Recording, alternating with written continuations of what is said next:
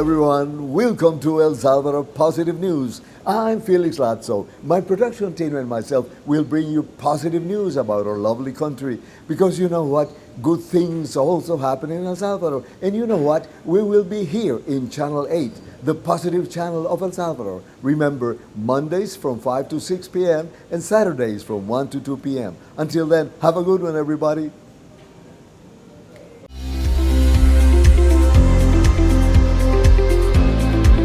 In this opportunity, I would like to invite you to a cultural event. Yes, because you know we are El Salvador Positive News, and culture is a fantastic positive event. It's going to take place at Bamboo City Center in San Benito this coming Wednesday, June 29, and the name of the gallery is Premium Art Gallery. So remember, Wednesday, June 29, 6:30 p.m. I'll see you there.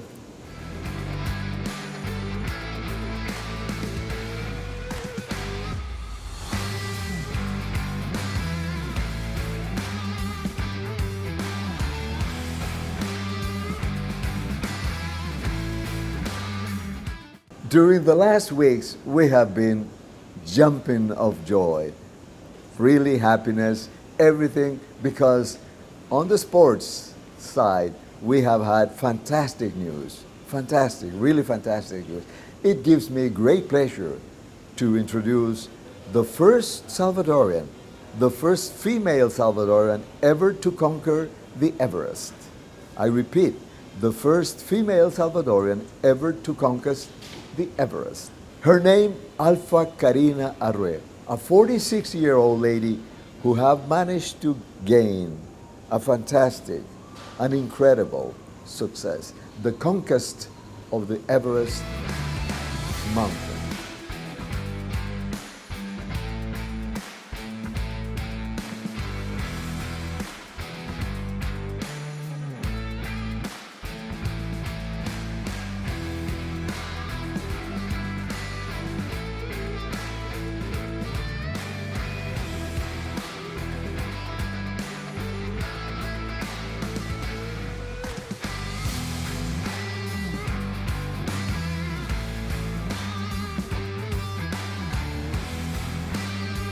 The second good news, it has to do with tennis tournament. Roland Garros, the most important French tennis tournament, and was won by a Salvadorian, Marcelo Arevalo, with his partner Roger Jan Julius from the Netherlands.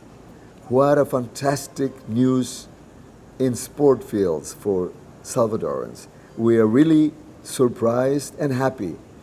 Finally, Marcelo, or Cello as we friendly name you, you have been able to make the most successful tennis approach in one of the most important tournaments in the world, the French Roland Garros. And I also would like to inform you, and I really would like to congratulate the bank institution who presented Cello Arevalo with a $50,000 award. I repeat, $50,000 award presented by Banco Cuscatlan. So I really would like to congratulate Banco Cuscatlan for presenting Cello Arevalo this fantastic award.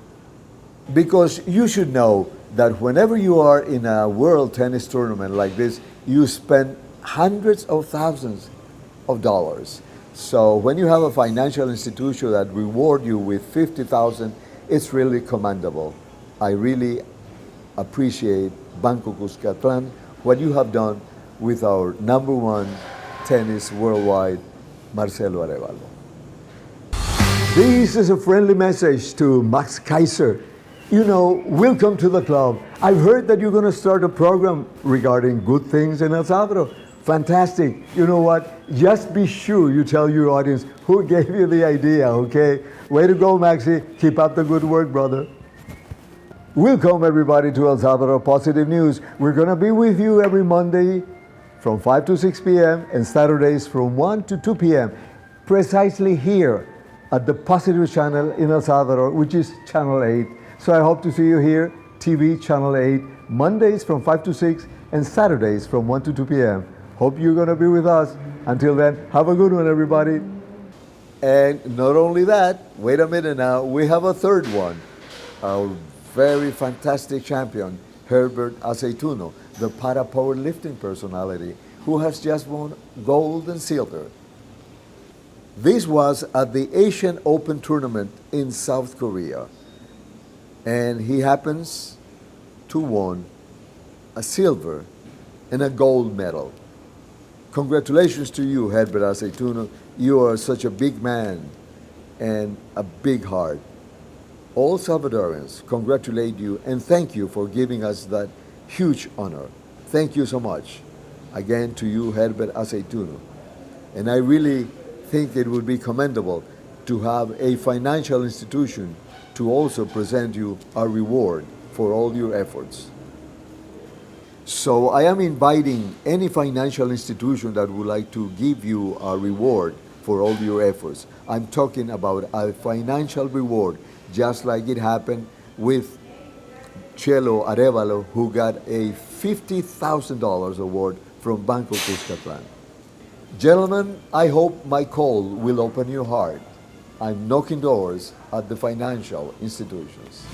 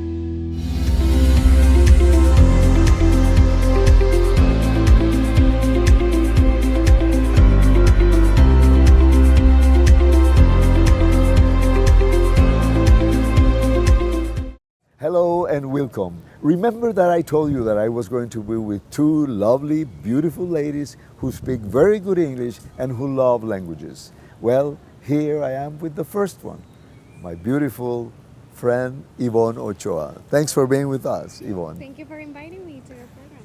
Thank you, dear. Okay, now we're going to talk about English language and about some other languages that you're going to be surprised. So tell me, when did you notice the importance of English language? Well, I noticed it at school because it was a little bit hard for me at the beginning. I mean, I'm talking about first grade. Okay. So, because of course we don't have access to listen to English every day. Of course. So it's a little bit hard with just 1 hour, like Every month. per week or something. So, yeah, I noticed that I needed like extra classes. So, well, my parents also agreed with that, and they booked me Special classes. Special classes, yes, in a school that is specialized in teaching English here in El Salvador. So I began like in 2002. Every Saturday. Okay, but wait. So first it was primary. Yeah, when was it? in my school. In like your school. In my you did school. study whatever English they Yes. gave you, Yes. and then you finished high school. This was, I mean, I continued my normal school. Regular but classes. I started going to these extra classes that were on Saturdays. So they were What level were you when you started this special class? No, I mean level one. No. I mean you were in high school or you were in a yeah. university or what? I was in second grade. Wait a minute. You were in second grade when you started your special classes? Yes. Oh, Yeah, I was I in second see. grade. I Yeah. thought that you first finished your primary and then. No. Oh, so you special. Oh my goodness. So I you, started really young, you like started really a young. kid, like a small kid. Now and wait I a minute started here. that. Did you notice the importance, or was your parents who told More you? my parents than me, but to me it was more like I don't want to be behind I in see. English because it was new. I mean, we started learning English back then, like in first grade. So I was like, "What's this? Oh wait, what? So languages? What is this?" Yeah. I didn't even know the Yeah, meaning of I languages. So, understand. but it was a little bit hard because I was like a very active kid. So I understand. yeah, so it was a little bit hard to learn properly, like with just 1 hour per week Oh, or I 2 hours see, per I see. week in school. So yeah, I wasn't getting like good grades. Well, not that bad, but not that good. So my parents, of course, they noticed and they said, no, we have to Do something do about something it. about this. So I started going next year in second grade to this specialized classes. When did you notice that it was doing some difference after 6 months, 3 months, or 1 year, or 2 years? To be honest, I'm not sure. I don't remember like Yeah, specifically. precisely. Yeah. But yeah, I was getting good grades in my English classes at school. I was like, yeah, getting good grades. And all of a sudden, you were the best. Yes. Well, I also had another other like classmates that also Were went to very good English in classes, English. but I was getting good grades and I liked it. And then when growing up, like, listening to songs in movies or Oh, I see. I don't know, Britney Spears, for example, like hey, this is English, okay, And this is okay. good, huh? Yeah, so of course I was little. My interest was, I don't know, those sing things. Yeah. songs like with the right lyrics or something like that. But then when growing up, like, yeah, in high school, Okay. yeah, I started notice that, yeah, it's really important to also to learn other stuff. All That- all the languages. Yes, And other here we go. languages. Let's go. Yeah. Okay, so then you finished your high school. What did you study after your high school? I have a bachelor's degree in marketing integrated communications. So it's a career that naturally has to be, I don't know, Implemented? no, but looking outside in the advertising world, what's going on in other countries, what are they doing, Oh, I what are see. the new trends. It's, yeah, What's I going needed on- to. what's going yeah, on what's in going the on in the world. world, yes. And to be course. ready to know what's going on in the world, you have to know English, because course. English is the world's language. Yes. I So see. it was a must. Actually, university had as a requirement to graduate that I had to be a certain level of English. I had to have a certain level of English. And since I started really young, it was not that hard. It was just like pure paperwork that I had to do to get the, I don't know, the certifications. Yeah. But besides that, it was the best decisions my parents could made for me. How many years did you study this communication? I studied for 5 years. For 5 years. Yes, 5 years. You can say the name of the institution. There's not a Oh problem. yeah, Mónica Herrera. Yeah. Mónica Herrera University, yes. It's a university nowadays, right? It used to be an academy. Yeah, because it's specialized only in like in advertising and Yeah. marketing careers. So they don't have like diversity of careers I like understand. engineering or medicine. So They specialize. they in this. specialize in advertising, marketing, communications, and During your studies at Mónica Herrera, did you ever visit some other countries where you can see and check the marketing levels of those countries? yeah, I had the opportunity to go twice abroad. First time in 2014, I went to Tunisia. Really? Yes, Tunisia? I Oh went my to God. Tunisia to a tourism project in a city named Sfax. I was there for like 2.5 months, and I was working along with 60 other interns from all over the world. Oh, really? It has been the best experience of my life. It No was doubt. amazing. No Yes. doubt. But wait a minute. Who was the coordinator of this thing? Who was it? A university in Tunisia or what? No, it was an NGO that is for young students, And they invited you. And they do like all the process because it's like a job interview process. I see, like I it's see. like similar. So I had to be interviewed by the coordinators of this project in Tunisia, and well, I made like two interviews, yes, Interviews, yeah. and yeah, they accepted me. But I'm going to ask you something. Was it a scholarship, or you pay for this, or they paid for it, or what? It was I just paid my plane ticket Ticket, and They paid the rest. transport there in Tunisia, food, and I had a place to stay also. It was all covered. People from what countries? About you said how many countries were there? A lot. There were a lot of Chinese, Ukrainians. No, I mean nationalities. A lot of Europeans. Europeans. From America, there were just one from United States, one from Chile, And one from El Salvador. and one from El Salvador. Yes, and then the Europeans and Asian people. Yes. In other words, there were about 20 to 25 persons, I would say, right? Yeah, there were a lot. There And were you a know lot what? of interns. We got a surprise here. This lovely lady, she knows the importance of foreign languages, and guess what? Nowadays, she is learning Chinese, right? No, you have to be sure that I'm going to ask you at least a few sentences in Chinese. It's okay. It's okay. Anyway, so when did you start studying Chinese?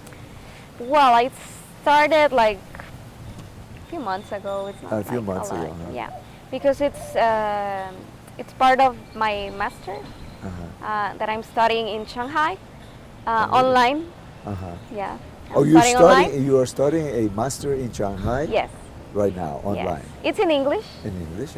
of course, but I am taking a Mandarin class. Course. Yes. Uh-huh. Because I think it's necessary if I'm studying a master in China, and well, it's marketing. Of course, I have to know how basic things like how they sell things there in China, how they, I don't know. Yeah, basic. Yeah, Now consumer tell me behavior something. there. How do you say? everything. Well, let's start from the basics. Let's say, what would you prefer me to ask you how to say good morning or good night or good afternoon?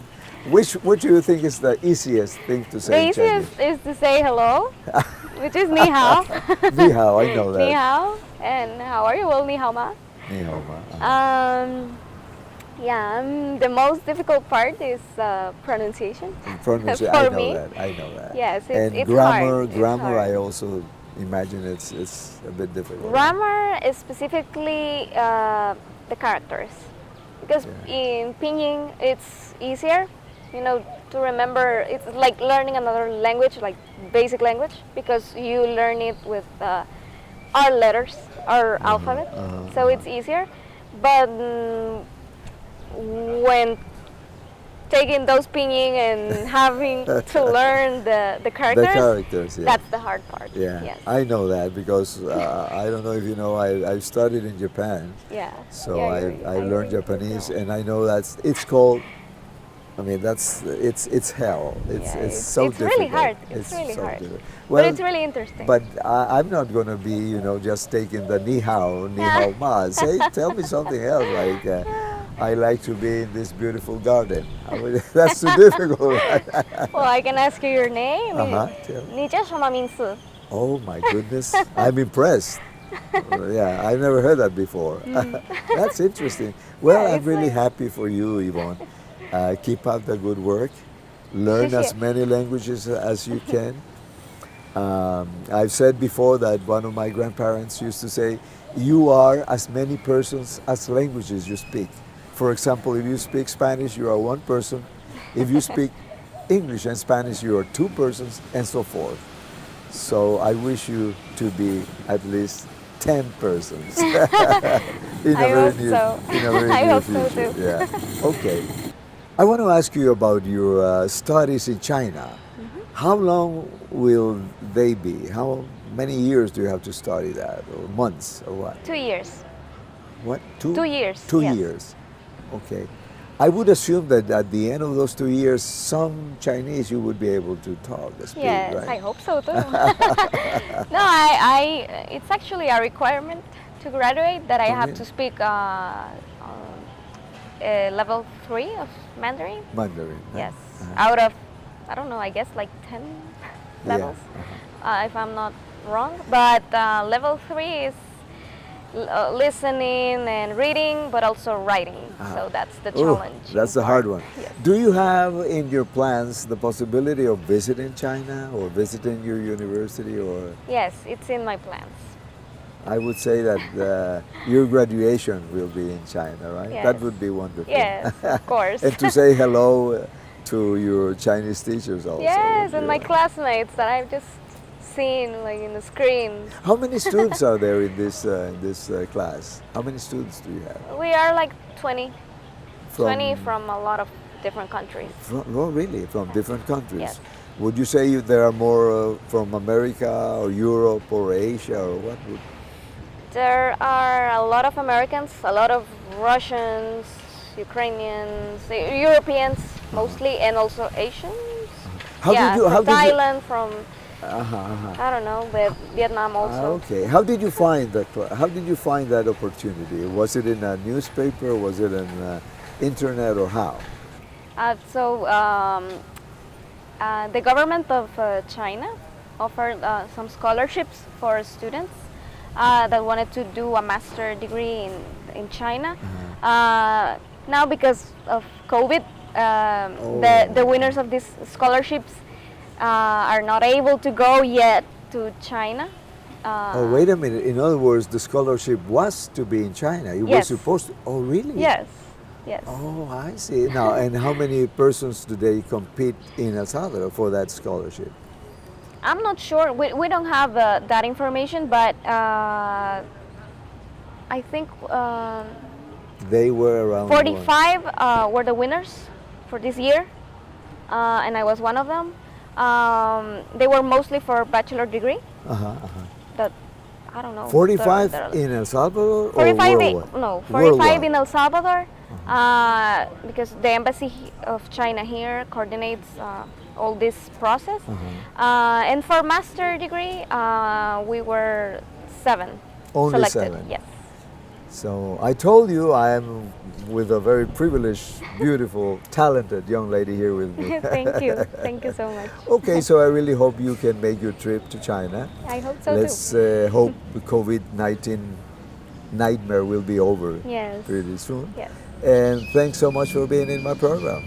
Thank you so much for inviting me. Okay. And this has been El Salvador Positive News. See, at the end of our news, we will always have some guests here to tell us about their lives, their stories, their dreams, and everything they want to share with us and with you. Until then, have a good one, everybody.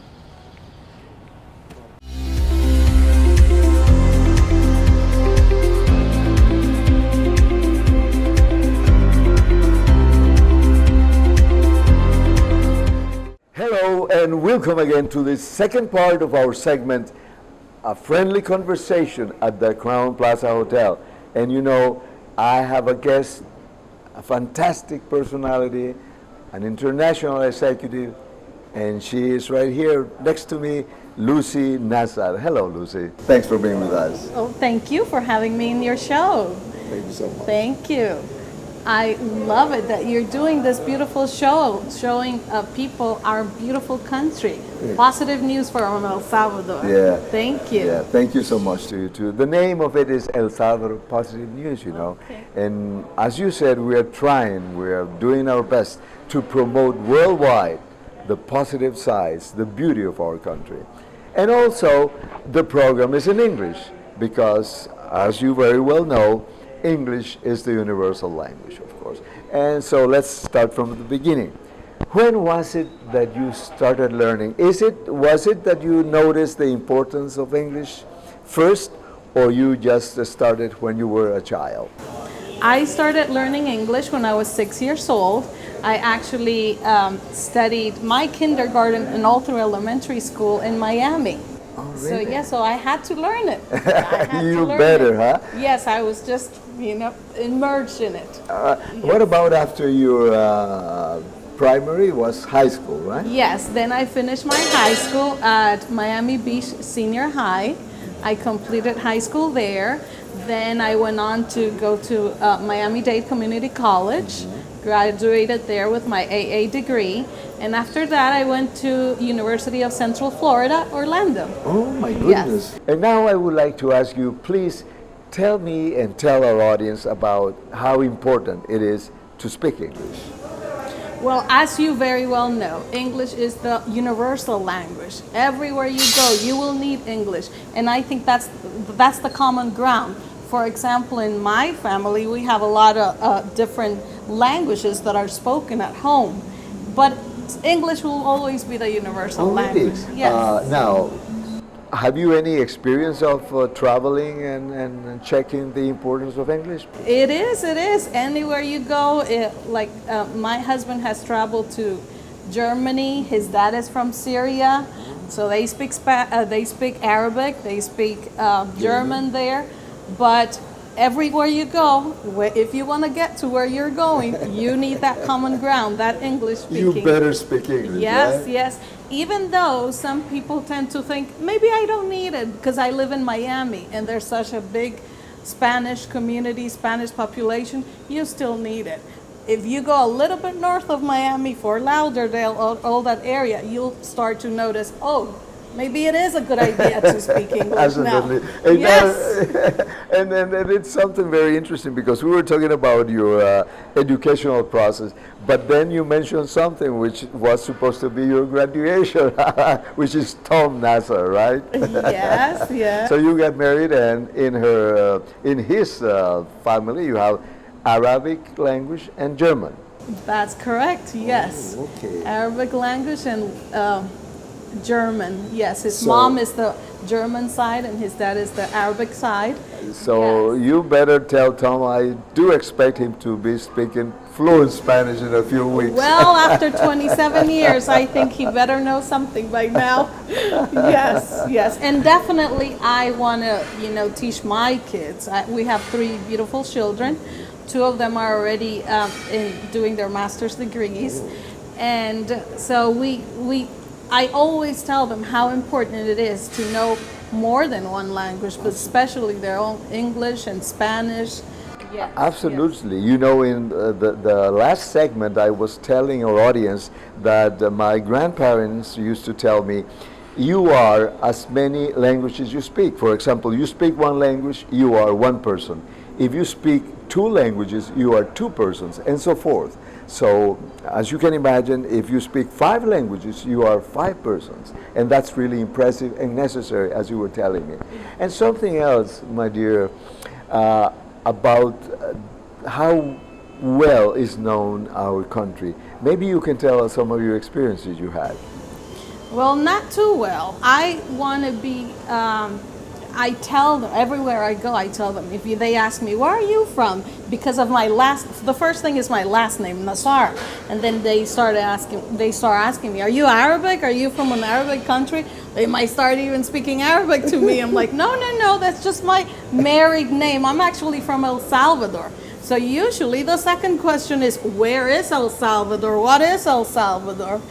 Most people have heard of San Salvador in Brazil, South America, maybe the Caribbean one in another San Salvador. And then I say, no, wait a second. I am from El Salvador, and that is in Central America. I'm a proud Salvadorian, I say. And I want people to know about its beautiful people, about its beautiful landscape, that we have volcanoes. You can go in like half an hour. Volcano, mountains, beaches. Yeah, it's so beautiful. And that doesn't happen, often in the States. Some people have never, they don't have that easy of an access. Yeah. And precisely talking about the importance of English language, I would like to ask you, if you had any example or experiences about this. Well, I can tell you about my own daughter. She's 23, and her first job, she was doing her clinical hours, and she was interviewed at a dermatologist clinic. The first thing they ask her is, do you know Spanish? Do you know any other language other than English? What can you know, how are you different from all the other applicants? And she got that job because she knew those two languages. She knows very well Spanish and English. Yes. So out of so many people, she got that job because of the English language along with her Spanish language. She was a winner. She was a winner because she spoke two languages. And I'm sure that she can be able to deal with people in Spanish and people in English. Yes, because at that office that she was working at, they had a lot of Spanish-speaking patients, and they didn't have any of the caretakers that spoke Spanish. And before our filming, you were telling me about your own experience at your working place. Yes, my work, I'm the only one out of the 26 members that speaks Spanish. 26 so out of members. the 26 members, they only speak English, but I'm one of them, the only one that speaks Spanish too. So every time there's a client that comes and only speaks Spanish, now that all our big Spanish population, Spanish community is growing, even in Orlando, then they always call me. I'm always the translator. You're the one who yes, called. and I love to do it. You know, I because it's very important how we communicate with people. You know, it's very important to get those people in their own language. You just mentioned the keyword, to communicate. You know, in today's world, there are two things that are basic to know. One is English, and the other one is technology. But I always tell people, well, regarding technology, I can ask someone, you know, to help me. But when you want to communicate, it has to be you and only you. The experience is very personal. That's correct. And you may have a translator, but we'll never be the same. Google will never do the job that a human can. Absolutely. Know? You have to. You have to be able to communicate your thoughts with other people. And regarding the name of your show, I think you chose the most appropriate name, El Salvador Positive News, because it is very important to share with the world the beauties of our country. Because a lot of the times we only hear the bad things, let's face it.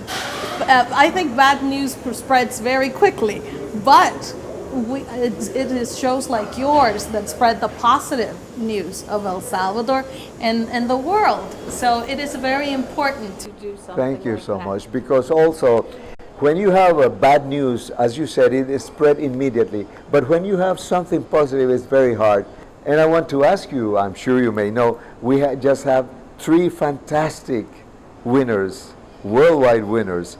One is the young lady that managed to conquer the Everest. The other one is Roland Garros winner. It was a Salvadoran, you know, the very famous French tennis tournament.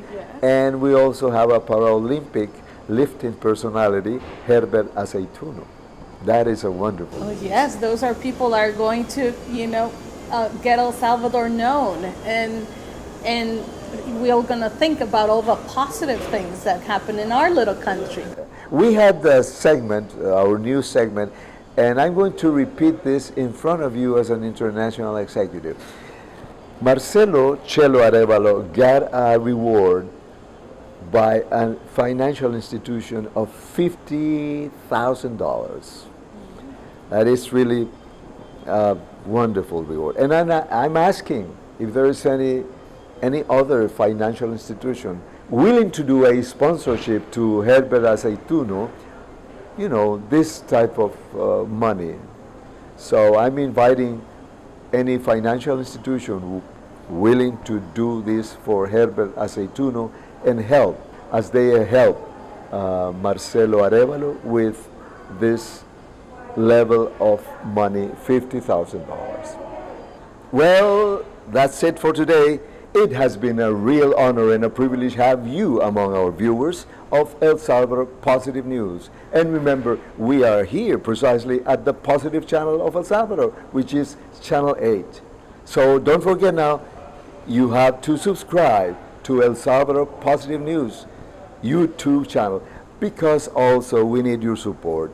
So until then, oh, and I was forgetting, we are every Mondays from 5 to 6 p.m. and Saturdays from 1 to 2 p.m. Until then, have a good one, everybody.